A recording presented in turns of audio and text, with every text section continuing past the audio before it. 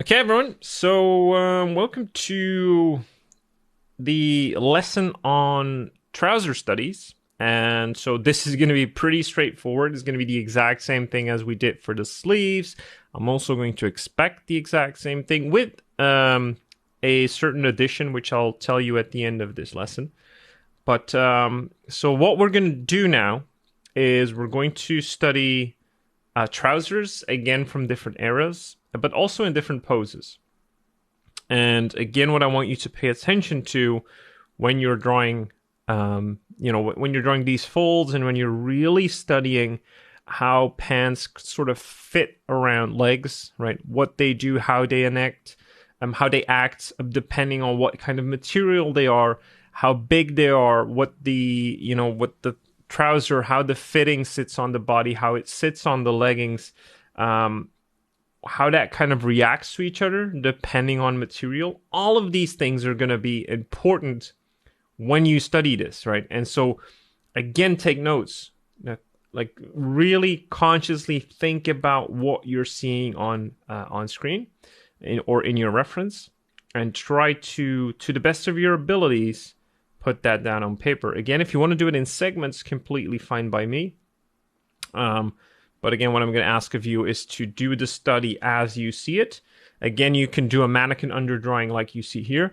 And then we're going to do one from imagination, basically with what we have in the reference, but we're just going to rotate it in space. Okay. We've been doing a lot of that in the beginner's course. And so now I kind of expect you to translate that into other studies, because that's important. And that's basically also what we do in the WOT program, right? I'm just going to jump into it. You're only going to do the trousers, right? You don't need to do anything else for the costumes that you find or that the references that we share. For this lesson, focus on legs. And so what I'm going to do now is I'm just going to start, and I'm going to explain you a little bit, or I'm going to explain myself a little bit throughout what I'm seeing here. Let's see if we're on the right layer. Yes. And so first thing that I'm seeing is in sort of the crotch area is that we have stretching going on, right? And we haven't yet covered this exactly, nor are I'm going to dedicate a lesson to it. But as soon as you have 2 points of tension stretching between each other, you basically create pipe folds. Now, the reason that you're creating pipe folds is not because of the points of tension, but it's because you're doing the stretching, you get compression from both sides, and this is creating those pipe folds. All right, I'm just going to get rid of my sweater because it's pretty warm in here. All right, so we have a bit of pipe folding in this area around the crotch, and then we can basically follow that up to where we have the pants sort of close, where you'll have the button to close the pants on one side and then on the other side. And this is where we have to already get imaginative, right? Because we don't know what this looks like because it's being covered by a vest. Now, I know you can't see the reference really clearly, but again, you only need to see the pants. But it's being covered by some sort of a vest, right? But we are going to draw it without that, trying to already understand what's going on underneath. Now, when we follow the trousers on the left-hand side of this lady, we can already see a half lock happening. So it's basically the thickness and the way that, because she's lifting her leg up, she's creating that pipe fold,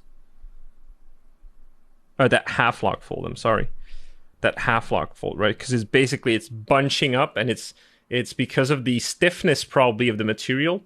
It's bunching up and it's already folding onto itself.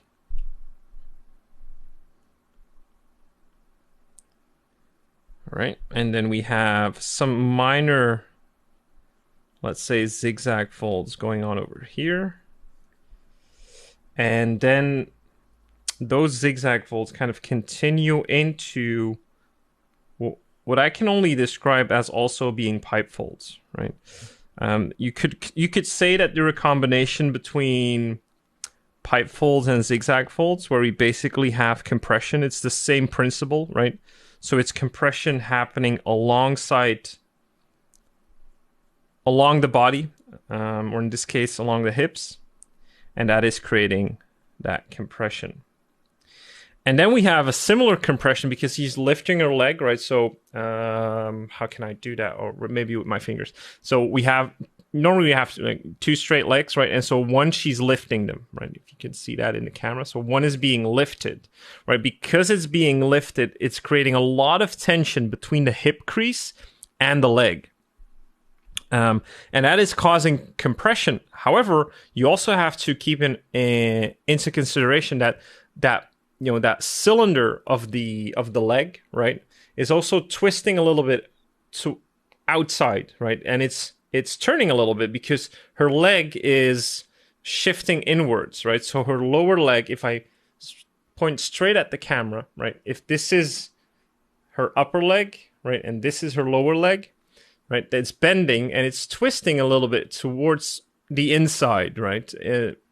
And what that's causing is it's causing that twisting. So if you remember that from what I talked about in the fold lessons, right, where how spiral folds are basically made, or how they come to existence, this is one of the reasons, right? So this is a really good reason for that. So it's natural that we're gonna see a lot of spiral folds along this line, and so they're going to be a little bit more intense towards where she has a lot of that tension going on as well, right? And then they're going to fade out a little bit as we go towards the knee, right? And so these are going to follow the contour of the leg mostly,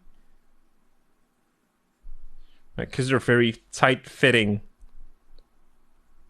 legs or leggings or trousers. And then we have the quintessential, let's call it half lock, that you almost always see increases between the elbows or the knees, or the back of the knee, I'm sorry. And so it's creating that really beautiful half lock that almost goes into a spiral fold, right? And it's not only one half lock, but it's a second half lock as well. One that folds onto itself and kind of moves into a drop fold, so to speak, right? I'm going to call it a drop fold because it has to do with that one point of tension that we talk about. And so I'll illustrate that in a second.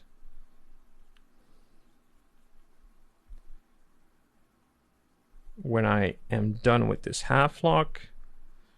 Right, like this. And then we have, and so this is also interesting. We have this overlap that's basically creating, almost like half lock. And now it's just the pants are just following the silhouette or the edge of the calves, right? The lower leg. And the reason it's doing that is because of, one, that point of tension from the knee, but also just gravity, right? So you'll almost always in drapery at some point see the clothing be affected by the body. It's natural, right? It falls onto it. Like you see with my shirt here, it's my shoulders and my traps that are kind of dictating what this fold is doing. And this is very tight. Well, it's semi-tight fitting. So it will definitely do that. But even with looser clothing, and especially if you are hanging down, if you have, like, let's say you have a very loose sleeve, if you hang it down like this, it will still reveal the silhouette of your arm on the top side because gravity is pulling everything down, right? So I hope that makes sense. And kind of the same thing is happening here. So we have that minor fold that is still happening up here. That is sort of being created by compression. But then everything else, and this is why it's a good idea to draw in that mannequin beforehand, right? So you can follow that mannequin. is following that silhouette of the leg. And now this is the interesting part. You know, we have the trouser ending up here, and we basically have a very tight drop fold, right? Like this, happening downwards, right? It's almost straight down with a little bit of curvature.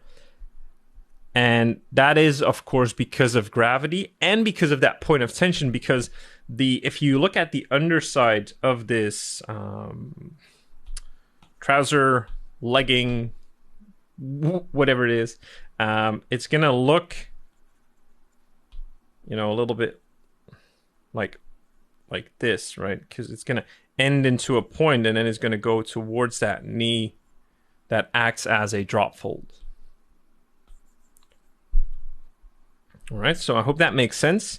And then from that point of tension, so I'm gonna put that on another layer, right? And I'm gonna keep it in green like I usually do. From this point of tension right over here, right, we have all of these lines like really going towards that point of tension. Like this is basically what a drop fold would do. And you can really see that in the legging. Right, and these are the attentions or the points of attention that I want you to pay attention to. Like these are details that are important for you to know when you do these things from imagination, or when you do something from imagination but using reference. You start to understand where you need to pay attention to, because not always when you draw something from imagination, you're going to copy the reference one-on-one. You're not going to photo bash it, right? Especially when you do more stylized characters. You need to make your characters bigger or more slender or fatter or smaller or whatever. So the clothing needs to fit that body, and it's going to change completely. And if you have that good knowledge of the folds and how they act on the body, and because you're doing these studies, that's going to help you immensely. All right, so we have this beautiful fold coming downward, kind of fanning out a little bit like this.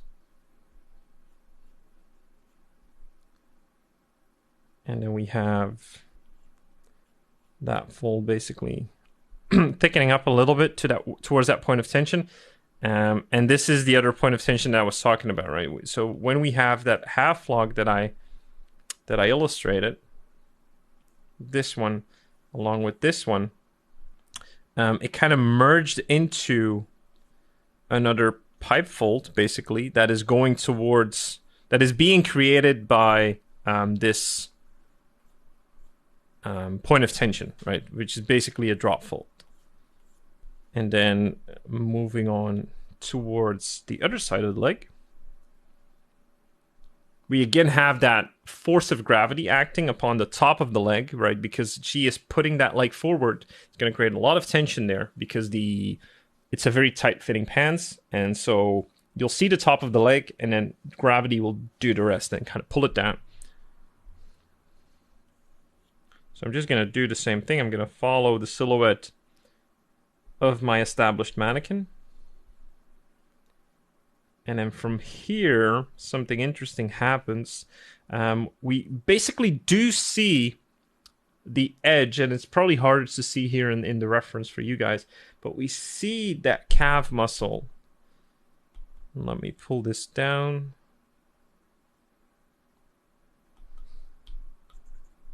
We can literally see that calf muscle through the reference. If you look at the reference up top now, I'm illustrating it in red. Like you can see that through the clothing. And again, this is because it's creating a point of tension. So we're seeing a little bit of that, and so you should be aware of that when you draw. When you draw your characters, that gravity always plays an effect on your drapery, right? So we have a point of tension that's fanning out, and it's meeting the other pipe at somewhere behind this leg. We can't see it. I cannot see it in this particular pose. But I almost need to know that it's, you know, it's as wide as the other pipe on the other leg, right? This is it's the same pants on the other side. So it's going to meet up somewhere. And this is basically what we're seeing. It's creating that point of tension, that drop fold towards that pipe, right? But then that is kind of being hidden by the leg in front.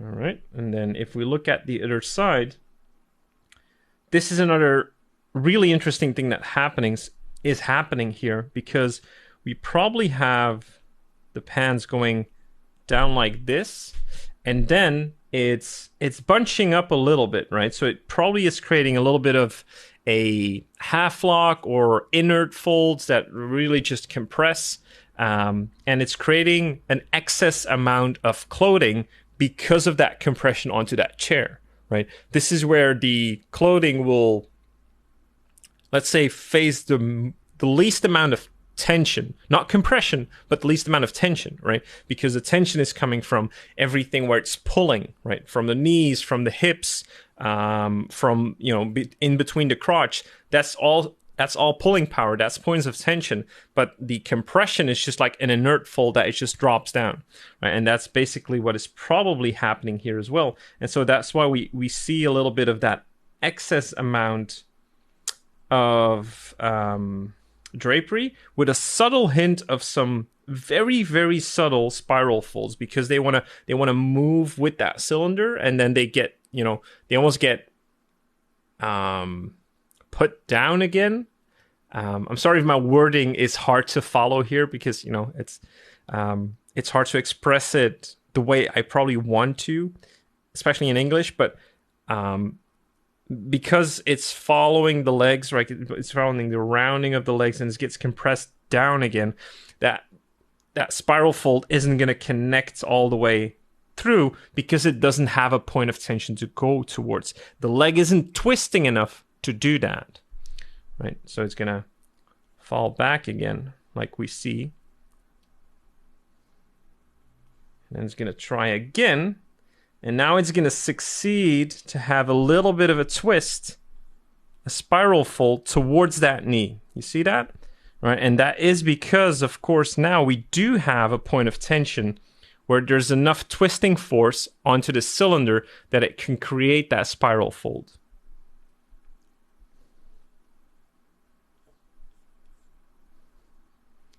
And then it's basically going straight through, kind of catches up with the calf muscle, like that. Right, and then we of course see some very subtle, because this knee isn't as bent as the other one. And so we see a little subtle drop fold, one point of tension from the knee still going on, of course, because it still is creating a little bit of a point of tension.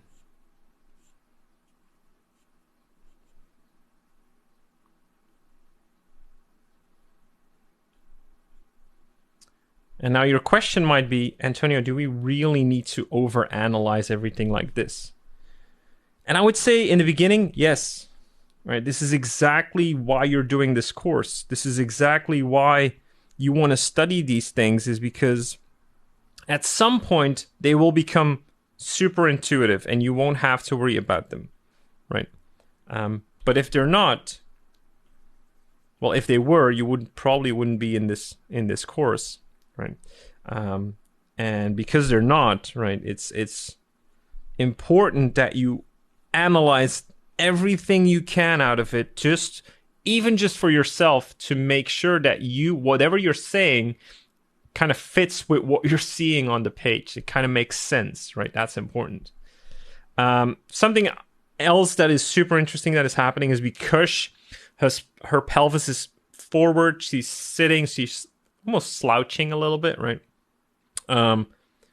There's no point of tension on the front of the hip, so the excess amount of clothing that she has in the pants, it just folds onto itself and it's creating kind of this half lock that you're seeing, right? And that's why we see it kind of move into like this half lock that has a very deep deep shadow, which I'm going to emphasize a little bit now. Right, and then it has another fold coming from probably some point of tension in, whether it's either just because of how do you call that, stitching, or a belt. I don't think it's a belt. It's probably because of stitching. We create a little bit of tension here as well, and that's creating that fold, right? And then we have the stitching part here. We have the button here. A little bit of stitching that goes underneath, right? And then some shadows like this.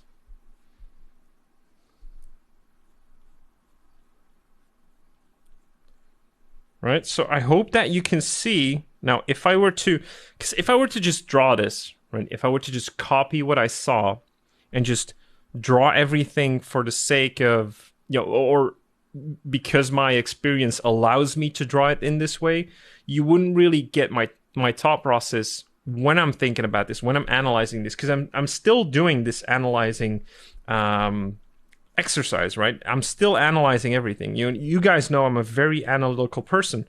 So in order for the world to make sense to me, I need to analyze it. I need to understand it. I want to understand it, right? And I want you to do the exact same thing. I want you to really, really try and understand everything you're seeing with the fundamental knowledge that I gave you in the previous lessons. That's essentially every time I do a course like this, when I do the WOD assignments, that's all I'm trying to do. I'm trying to give you fundamentals that you can work with to try and understand, demystify, literally, what you see in real life. And then with all that information, you can do whatever you want, right? That's the beauty of it. All right, so I guess we're almost ready to wrap up this study. And then naturally, of course, what I now want you to do is I want you to redraw this exact piece, this pose, right, and this trousers in a different angle, right? So I've already drawn the mannequin again. And now, because I've analyzed every piece, every part of this, of this piece of clothing, I should have a much easier time translating that into a different perspective. Now, the perspective part is still going to be hard, right? We're going to have to figure out the angle ourselves. We're going to have to do a lot of things from imagination. But because we've analyzed everything with the help of reference, we don't need to think about that part a lot anymore. We just need to almost repurpose it in a different angle. So a lot of things are going to change a little bit because what you see in a reference in one angle isn't going to look the same in another angle, right? That's normal, but this is where your spatial awareness should come into play, right? This is why you do all of those shape manipulations that I teach you and all of those rotation exercises. That's exactly why I'm making you do this. And now we're going to do the same thing, but with a little bit more organic shapes that drapery naturally create. And also, when you're a concept artist, right, and you're coming up with a concept, but you don't necessarily want the pants to look in the angle that the reference is having it. You want to do it in a different reference. You want to create your character, your creature, in a completely different angle for better presentation. Well, then you have this power, right? You don't even need to do this study like I'm doing here on the left now. You can just instantly translate that into a different pose. All right. Okay, so enough of me jibber jabbering. Again, I'm gonna start where I started in the beginning. Now, I'm not gonna look too much at the reference. I'm just gonna basically, because I've overanalyzed this already now, I'm just gonna basically do what I think is happening from this other angle, right?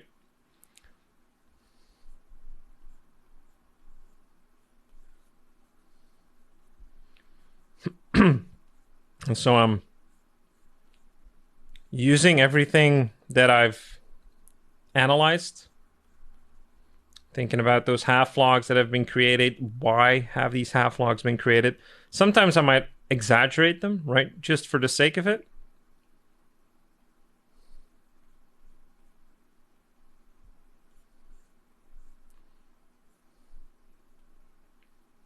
And sometimes I won't.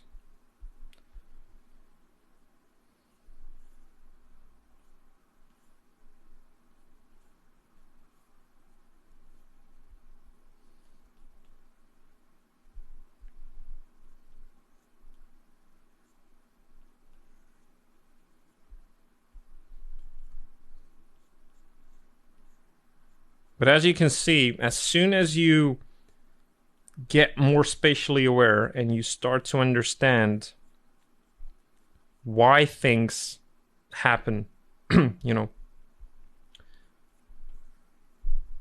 or why things look the way they do, not just blindly copying what you think things should look like, but really understanding why they look the way they do.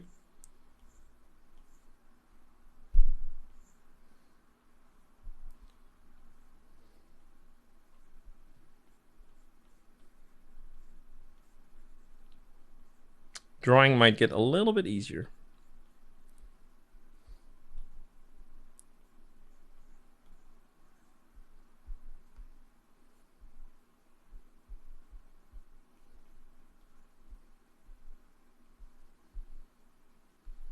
Right, so probably something along these lines.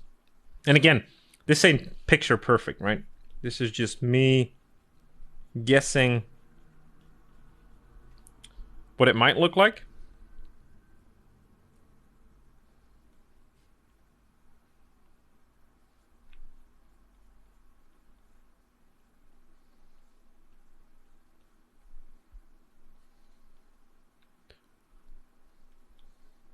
And remember what I said, like, because she's sitting down, there will be some excess cloth in the bottom.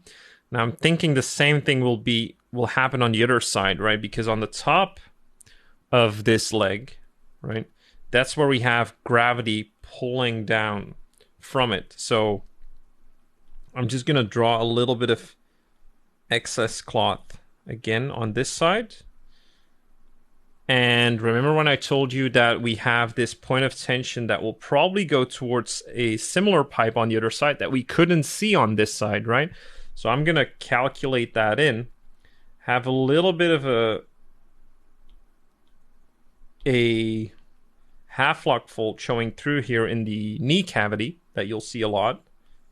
And then I'll go towards that pipe where I think, at least, it exists in this shot. Now I can't know that for sure, right? This is complete estimation, but as long as it looks good, I'm okay with it, right?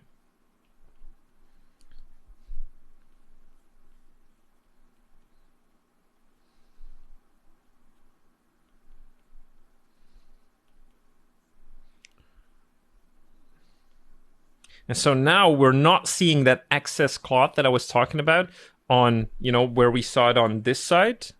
We're not going to see that now on my new perspective because the silhouette of the leg is in the way. So it will be tight there because that, you know, that legging is being pulled around the silhouette of that leg. There will be some excess here. And I'm basically follow that through. And then we will have, like you see in the reference, we will have a little bit of that point of tension from the knee. And I almost forgot that we'll have, you know, a little bit of that spiral fold that we saw. Like this. That's probably more like this.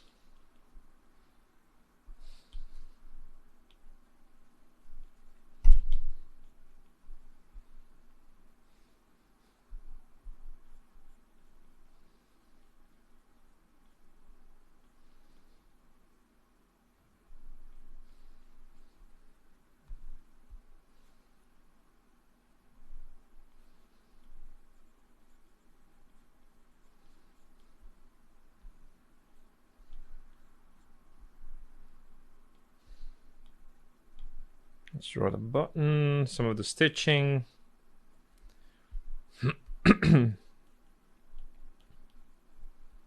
You know, and I think there probably will be a little bit of excess cloth here as well.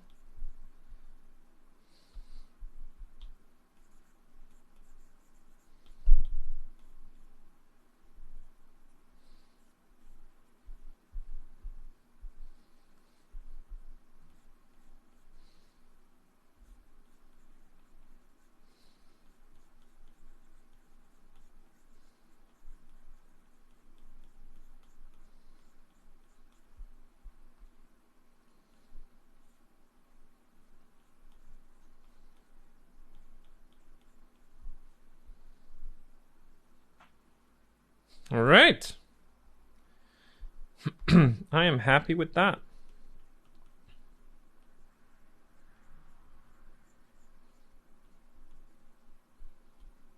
I'm gonna re-emphasize this half block a little bit more, like that. Show the thickness in the rendering. And then really emphasize the tension coming from this knee because it's bending, right? It's really, really pulling. And it's probably gonna pull a little more aggressively. And maybe show some of the legging on the other side, like this.